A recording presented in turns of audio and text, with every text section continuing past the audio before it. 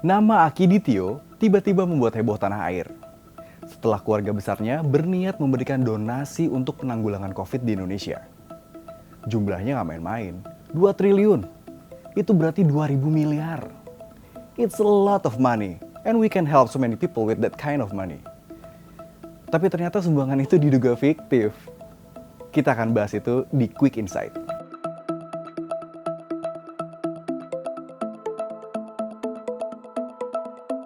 Sebelumnya gue mau segerin ingatan teman-teman. Berita ini bermula pada 28 Juli 2021 pas salah seorang anak Akiditio Herianti dan dokter keluarga mereka Hardi Dermawan mendatangi Polda Sumatera Selatan untuk memberikan donasi secara simbolis. Besarnya uang donasi 2 triliun.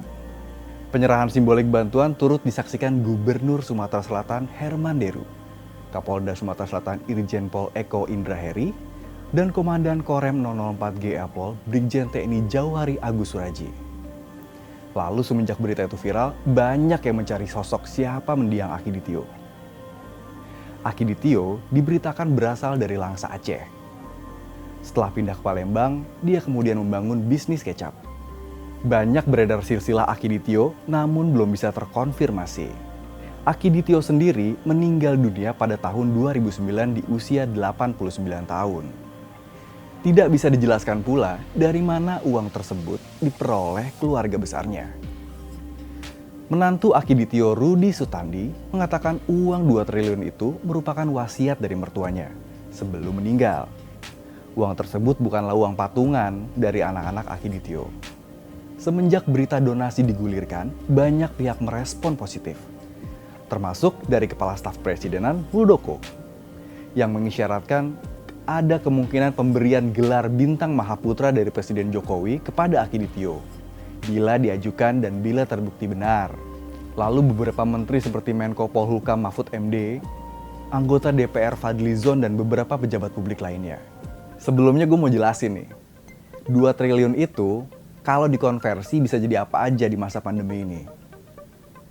Pertama, bisa bayar tes PCR untuk tracing dan tracking sebanyak 2,5 juta orang jika per tes PCR-nya seharga 800.000. Yang kedua, bansos tunai senilai Rp300.000 per bulan untuk 6,66 juta keluarga. Yang ketiga, impor vaksin Sinovac 10,4 juta dosis. Yang keempat, membangun 5 rumah sakit dengan estimasi biaya 400 miliar per rumah sakit. Kepala Bidang Humas Polda Sumsel Kombes Supriyadi memastikan pencairan dana hibah melalui bilet giro. Nah, buat yang nggak tahu bilet itu apa, bilet itu merupakan salah satu instrumen pembayaran yang berlaku di Indonesia. Menurut Bank Indonesia, bilet giro adalah surat perintah dari penarik kepada bank terkait untuk melakukan pemindah bukuan sejumlah dana kepada rekening penerima. Pihak keluarga Adityo mengatakan donasi akan cair pada Senin 2 Agustus 2021. Namun sampai Rabu siang, uang donasi tersebut belum kunjung diterima pihak Polda Sumatera Selatan. Tak ingin menjadi masalah berlarut-larut, Kombes Pol Ratno Kuncoro lantas menjemput pihak keluarga untuk dikonfirmasi lebih lanjut mengenai donasi tersebut. Setelah melakukan pemeriksaan, Kombes Ratno bilang anak bungsu Akiditio Herianti ditetapkan sebagai tersangka kasus penipuan. Namun beberapa saat kemudian status tersangka itu dicabut sendiri oleh pihak Polda Sumatera Selatan. Kabid Humas Kombes Supriyadi menegaskan polisi belum menetapkan siapapun menjadi tersangka dalam kasus tersebut. Katanya penyidik masih memeriksa Herianti dan Hardi Darmawan. Kok dalam satu institusi bisa beda pernyataan ya? Pusat Pelaporan dan Analisis Transaksi Keuangan PPATK menyimpulkan uang 2 triliun di bilet giro terkait sumbangan dari keluarga Akiditio tidak ada. PPATK akan segera melaporkan hasil pemeriksaan ke Kapolri. Nah, sebenarnya kan banyak pihak yang bisa dikonfirmasi terlebih dahulu ya. Apakah uang itu benar adanya? Bagaimana cara mencairkan dan mendistribusikan uang itu nanti?